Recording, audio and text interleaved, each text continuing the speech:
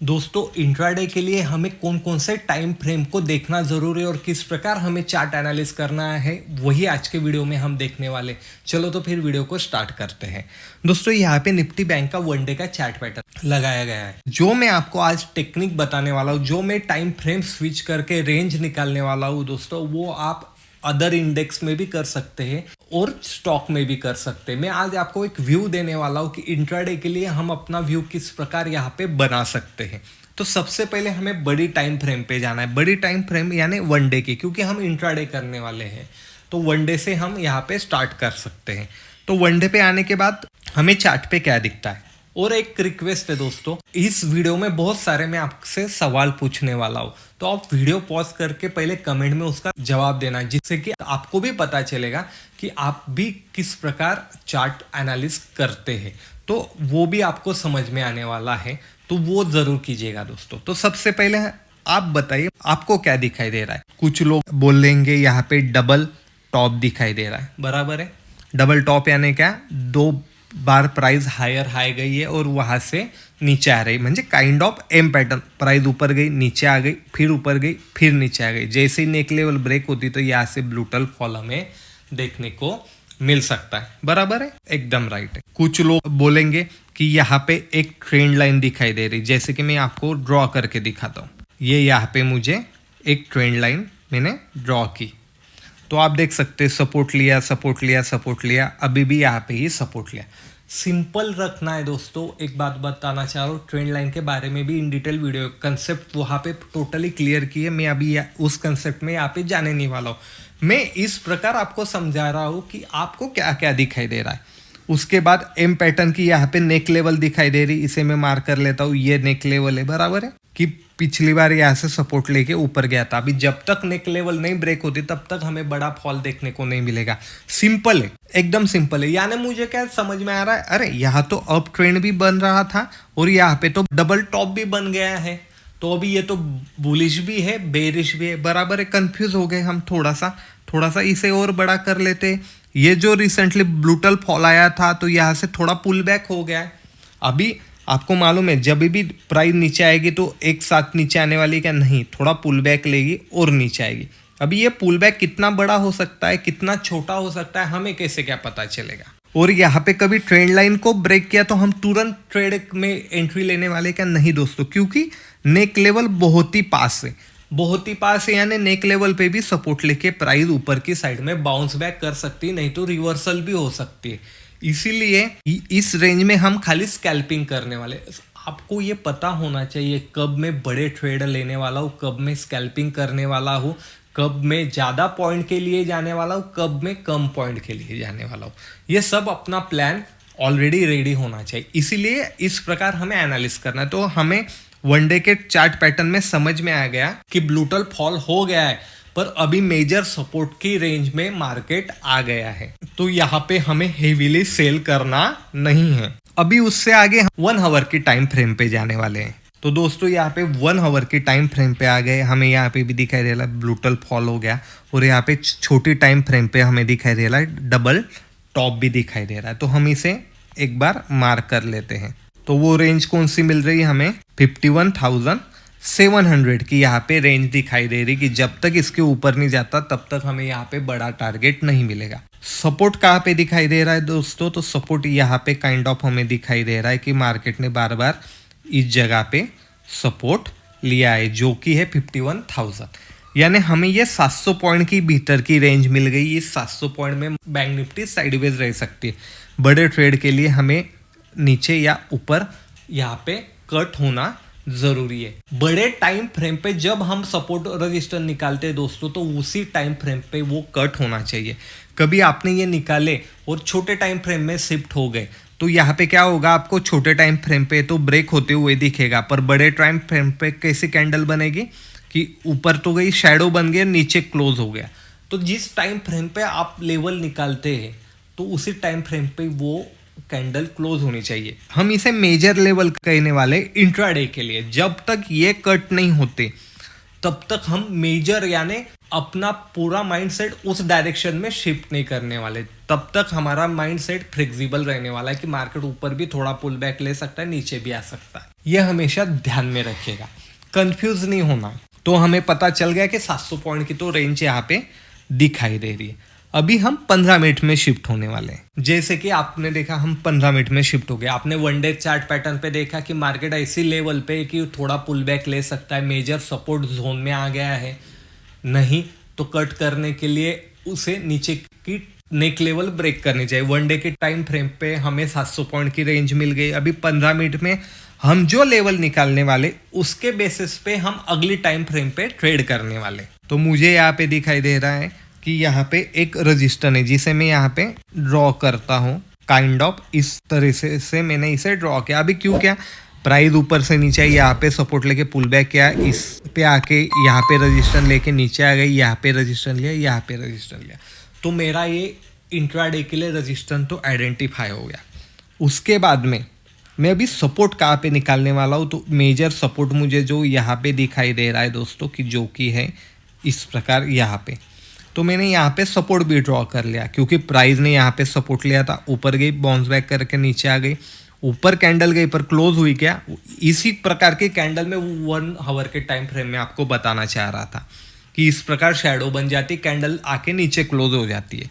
अभी 5 मिनट में हमें इसके ऊपर कैंडल क्लोज होती हुई दिख सकती है, इसीलिए हम ट्रैप हो सकते हैं। तो मेजर लेवल के सपोर्ट रजिस्टर उसी लेवल पे ब्रेक होने का हमें वेट करना है। यहाँ पे रजिस्टर लिया, उसे ब्रेक कर दिया, फिर यहाँ पे सपोर्ट लिया, फिर यहाँ पे सपोर्ट लिया। तो मुझे ये पता चल गया कि ये नैरो रेंज मुझे मिल गई।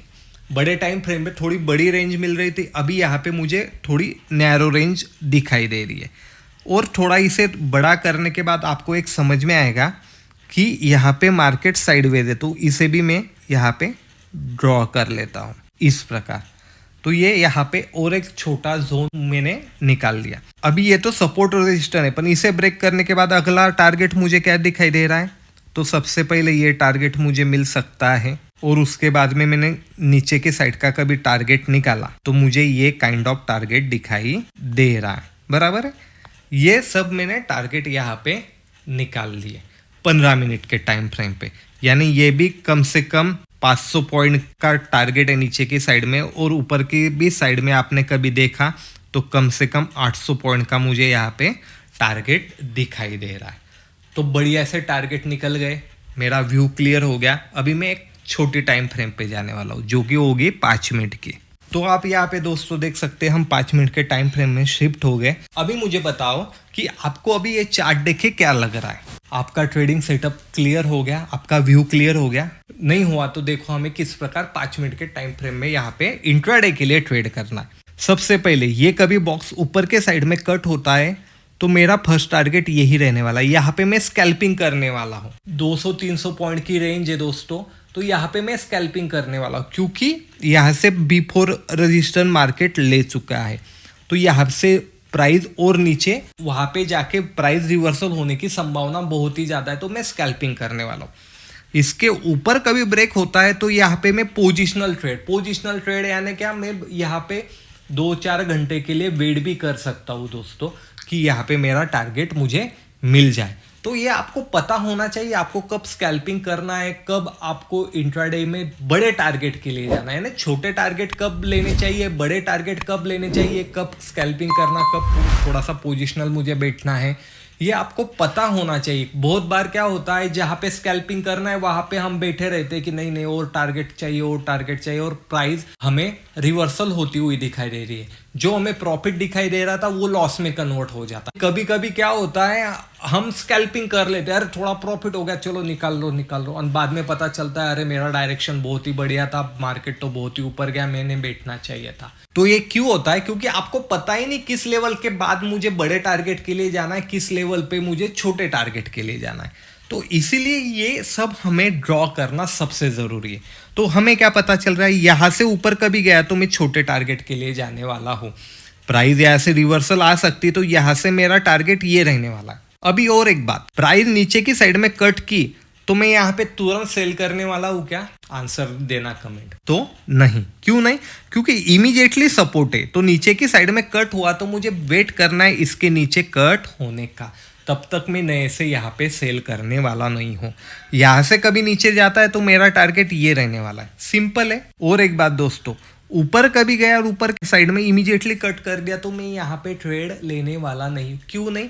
क्योंकि ये जो 300-400 पॉइंट की रेंज है उसके बाद में यहाँ पे आने के बाद ऊपर की साइड में कभी निकल गया तो यहाँ पे बायर है या नहीं मुझे कैसे क्या पता चलेगा? तो ये ट्रैपिंग भी हो सकती है जिस प्रकार यहाँ पे आपको दिखाई दे रही है। प्राइस फिर से रिवर्सल आ सकता है। तो मुझे क्या करना है, या तो इस रेंज में साइडवेज होना चाहिए, नहीं तो ऊपर के साइड में कट करके थोड़ा टाइम साइडवेज होना चाहिए।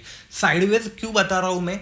क्योंकि साइडवेज होने के बाद हमें क्या पता चलता है कि बायर और सेलर दोनों फाइट कर रहे हैं, फिर उसमें कौन यहाँ पे जीत रहा है, जो जीतेगा मैं उसके साथ, सिंपल है। तो यहाँ पे कभी साइडवेज हुआ तो मुझे बड़ा टारगेट मिलने वाला है।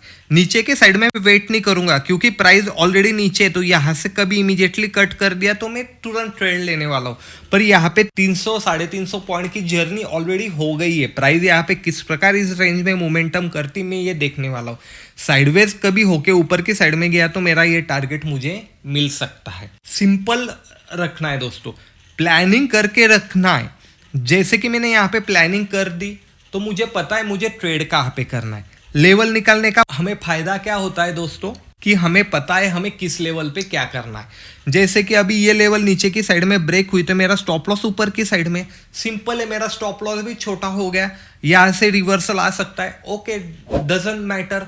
दोस्तों एक बात हमेशा ध्यान में रखिएगा, मैं रास्ते से जा रहा हूँ, बाइक चला रहा हूँ, तो बाइक चलाते हुए मैं मेरा प्रिकॉशन सब ले रहा हूँ। मैंने हेलमेट पहना है, मैं इस रास्ते के एक साइड से चल रहा हूँ, मेरा स्पीड भी डिसेंट है, मैं सब नियमों को फॉलो कर रहा हूँ, तो मेरा प्रिपरेशन बहुत बढ़िया है। पर सामने से कोई आके मुझसे टकराता है, उससे चोट मुझे भी लग सकती है, तो उसमें मेरी गलती है क्या? नहीं, सामने वाला आके मुझसे टकराए। तो इसी प्रकार मार्केट में क्या होता है दोस्तों कि ट्रैपिंग हो सकती है, कोई न्यूज़ की वजह से कैंडल बन सकती है, कुछ भी हो सकता है, पर मेरा प्रिपरेशन मुझे मेरे पास होना चाहिए। जैसे कि मैंने ये मेरा प्रिपरेशन करके रखा है, लेवल निकाल के रखी, मुझे मालूम है बाय कहाँ पे करना, सेल कहाँ पे करना। दूसरी बात, मैंने कभी मेरे सब प्रिकॉशन लिए तो मैं गिर भी गया तो मुझे चोट कम लगने वाली, क्योंकि मैंने हेलमेट वगैरह सब यहाँ पे मेरा प्रिकॉशन के सब मैंने गैजेट पहन के रखे थे। इसी प्रकार मार्केट में मुझे लेवल मालूम है, मेरा ट्रेड रिवर्सल होता है तो मेरा स्टॉप लॉस भी मुझे मालूम है, मैं स्टॉप लॉस लेके निकल जाऊंगा, रिवर्सल ट्रेड यहाँ पे कर लूंगा। इतना सिंपल है दोस्तों। तो प्रिकॉशन अपने हाथ में है। इस प्रकार भी करके स्टॉप लॉस हिट हो सकते, क्या हो सकते, पर बहुत ही कम होने वाले। आपको मालूम है आपको कहाँ पे ट्रेड करना है, आपके बहुत ही छोटे स्टॉप लॉस है। आप देखो दोस्तों, यहाँ से 300 पॉइंट मिलने वाले, यहाँ से ऊपर गए तो 800 पॉइंट मिलने वाले। स्टॉप लॉस आपका 50-60 पॉइंट का है, नीचे भी आपको 500 पॉइंट मिलने वाले। स्टॉप लॉस आपका 50-60 पॉइंट का है, तो आप ही बोलो कितना रिस्क टू रिवॉर्ड यहाँ पे बेहतरीन मिल रहा है। क्या किया मैंने, बड़े टाइम फ्रेम से छोटे टाइम फ्रेम पे आ गया। क्यों? क्योंकि बड़े टाइम फ्रेम पे मुझे पुल बैक दिखाई दे रहा है, इसलिए मैंने ऊपर की विंडो यहाँ पे ओपन रखी है। कभी निगेटिव कैंडल बनी रही थी बिग, तो यहाँ पे मैं ऊपर का ट्रेड लेता ही नहीं। मैं यहाँ पे सेल ऑन राइज ही करता है, जैसे ऊपर आता सेल करता। तो वहां पे सबसे कंफ्यूजन जो मार्केट है ना, वही मैंने आपको दिखाने की कोशिश की। क्योंकि डायरेक्शन में तो हर कोई पैसा कमाता है, पर जब डायरेक्शन चली जाती है मार्केट में, मार्केट इनडिसीजन फैक्टर में आ जाता है, तभी लोग यहाँ पे लॉस करते। तो वही मार्केट को मैंने एनालिसिस करके आपको बताया है कि किस प्रकार आपको आपका ट्रेडिंग प्लान इंट्राडे के लिए बनाना है।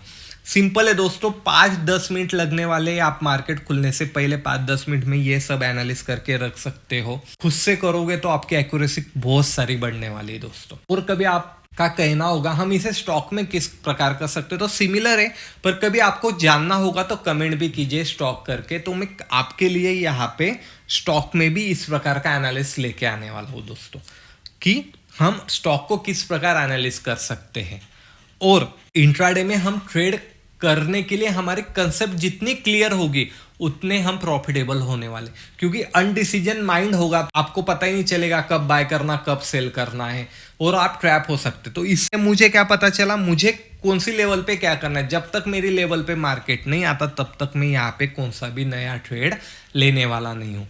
इतना ईजी रहता है दोस्तों इंट्राडे के लिए चार्ट एनालिसिस करना। आपको कभी इस प्रकार का वीडियो अच्छा लगता है तो जरूर कमेंट कीजिएगा दोस्तों। क्यों? क्योंकि आपने कमेंट की तो हमें मोटिवेशन मिलता है और बेहतरीन तरीके से आपके लिए वीडियो लाने के लिए। और आपकी कोई रिक्वायरमेंट होगी कि इस प्रकार का भी वीडियो हमें चाहिए तो वो भी कमेंट ज़रूर कीजिएगा, मैं आपके लिए ज़रूर लेके आऊँगा। और इसी प्रकार के अनोखे वीडियो के लिए, अनोखे नॉलेज के लिए और सिंपल लैंग्वेज में समझाने के लिए चैनल को भी सब्सक्राइब कीजिएगा जिसका नाम है मार्केट मंच। मिलते हैं अगले वीडियो में। धन्यवाद।